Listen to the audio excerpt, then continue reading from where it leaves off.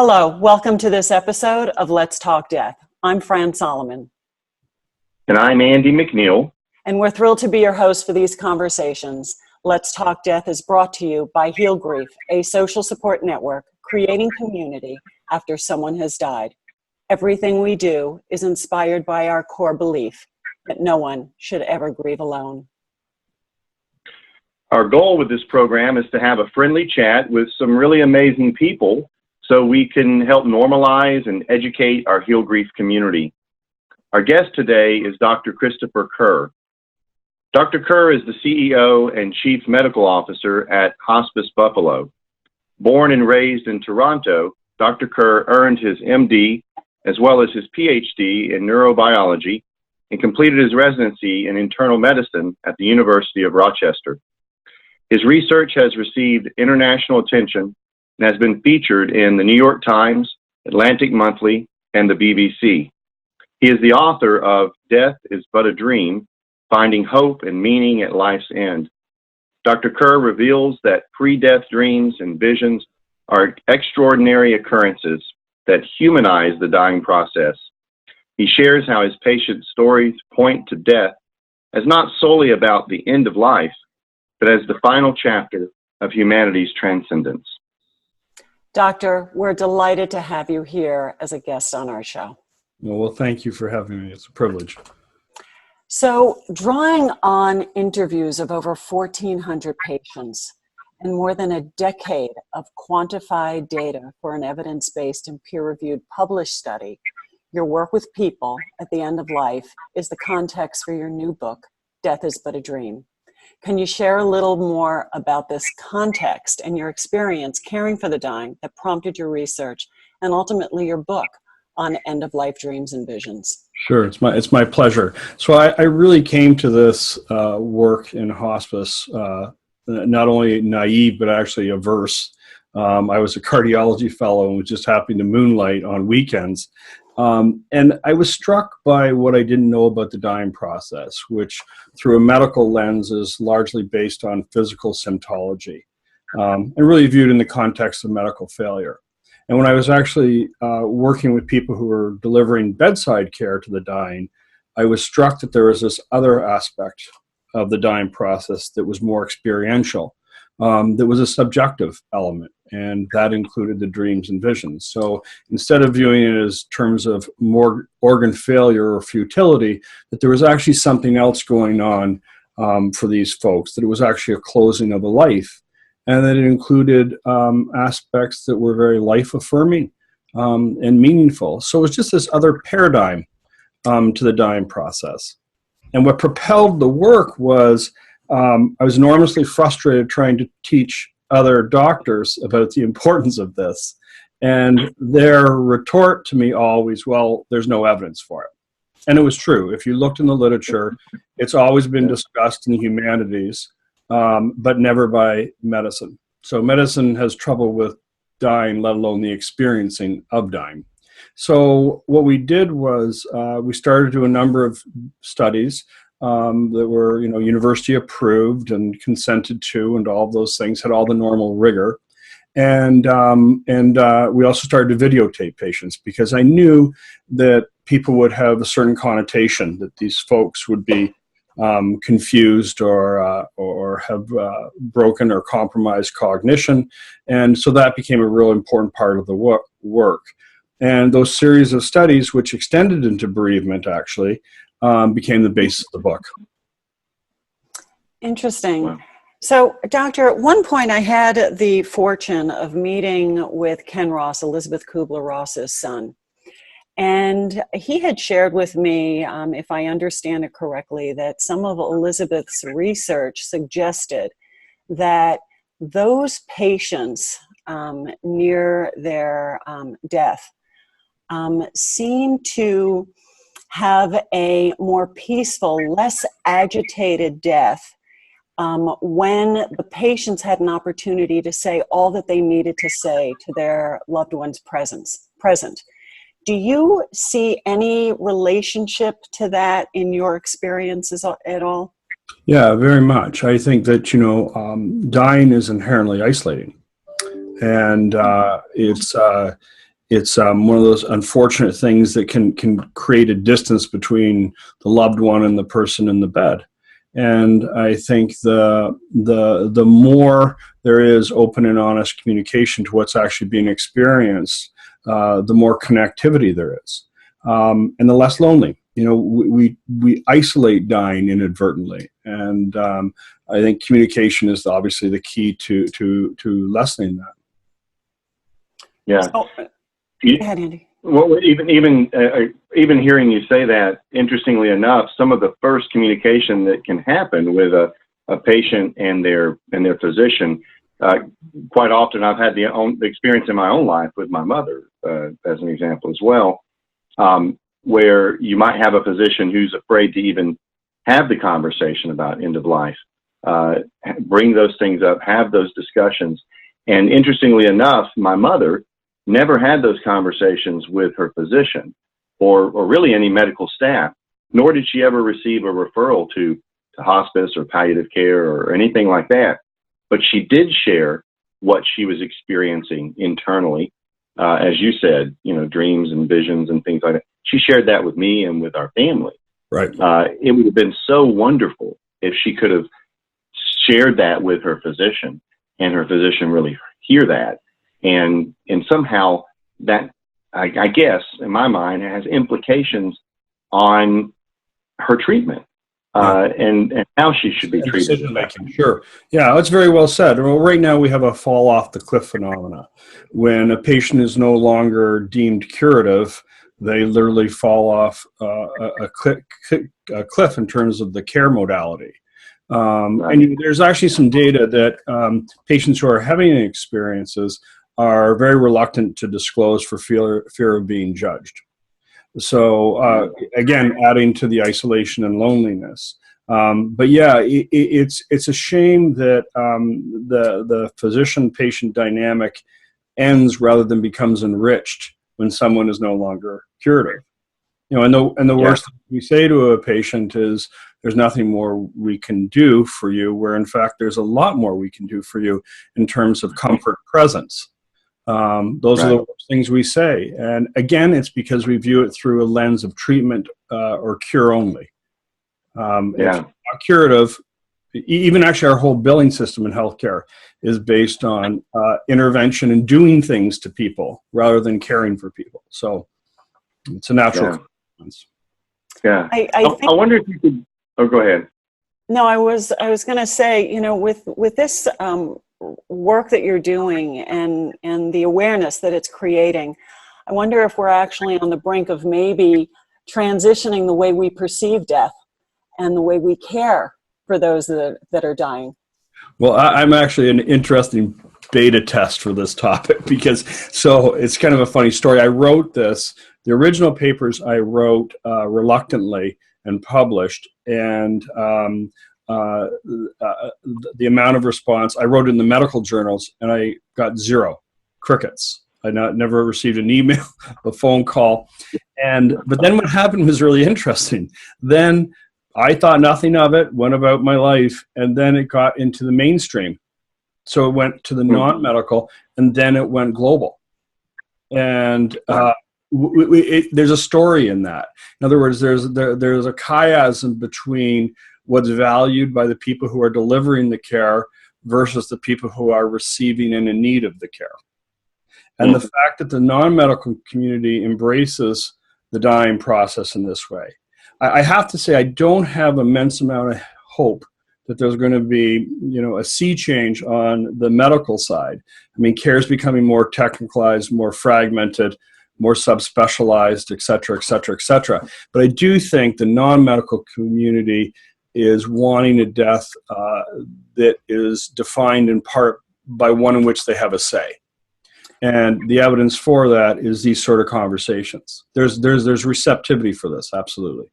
I also think that the younger generation of individuals are really looking for an alternative to the way that their parents or grandparents were treated at their end of life. I think they're really seeing and honoring a new perspective and value to the end of life. I always say the two most spiritual things in life is birth and death. Mm-hmm. Yeah, I mean, ultimately it has to be humanized, and that's not going to occur within our institutions.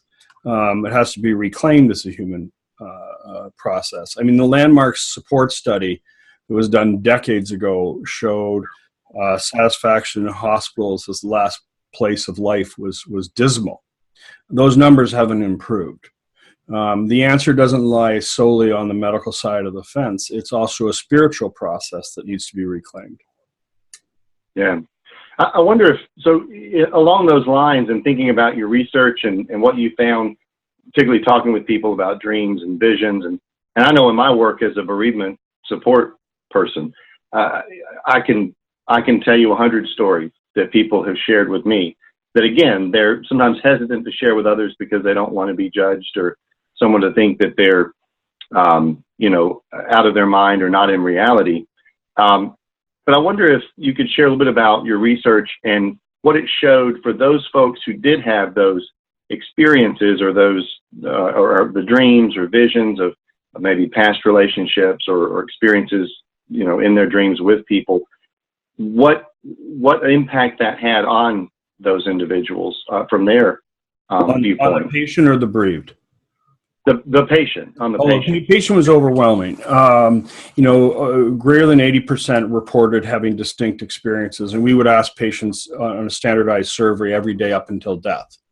And many of these are occurring weeks and months before death. So these aren't people pre-death who are confused or having deoxygenated brains or medicated. These are people who are also driving. So they were having these experiences. They were overwhelmingly comforting. Not a lot was said, but a great deal was understood. And it gave them a sense of closure. It validated having lived, and it diminished the fear of what lay ahead. And even in our children, the same thing. The most predominant theme was seeing a deceased loved one, particularly that person who loved you and nurtured you best. It could be a mother or a father or a sibling. In children, they often wouldn't know somebody who had died, but it was a pet. But the message was the same, that they weren't alone, that they were loved, and then in return they were less fearful. We then extended that work to the bereaved, and we had 2 studies with surveys of over 700 bereaved family members.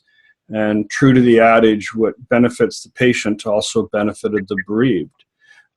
We actually used bereavement scores, like core bereavement instruments, and found that there was really statistically significant differences for bereaved family members whose loved ones had these experiences.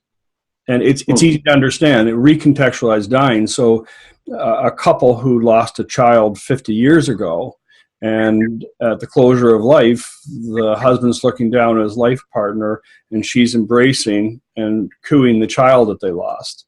That redefines loss. That reestablishes a different connectivity, and it allows them to grieve differently, and that difference in grief is actually measurable. It's really quite profound. Yeah. Interesting.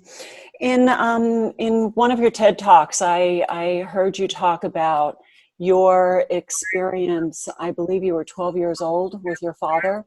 Yes. Would you mind touching with our audience on that subject and that journey that led you to where you are? Yeah, I think I came in through the back door, sort of. Well, my father died when I was 12, and the last time I saw him, he was envisioning that we were going on a fishing trip, which we did every year. And that's the last time I saw him. He was trying to get me ready to get on a plane in his mind. And I knew he was somewhere else, but I also knew that he was in a good place. It was a painful, obviously, traumatic period that I really didn't speak of.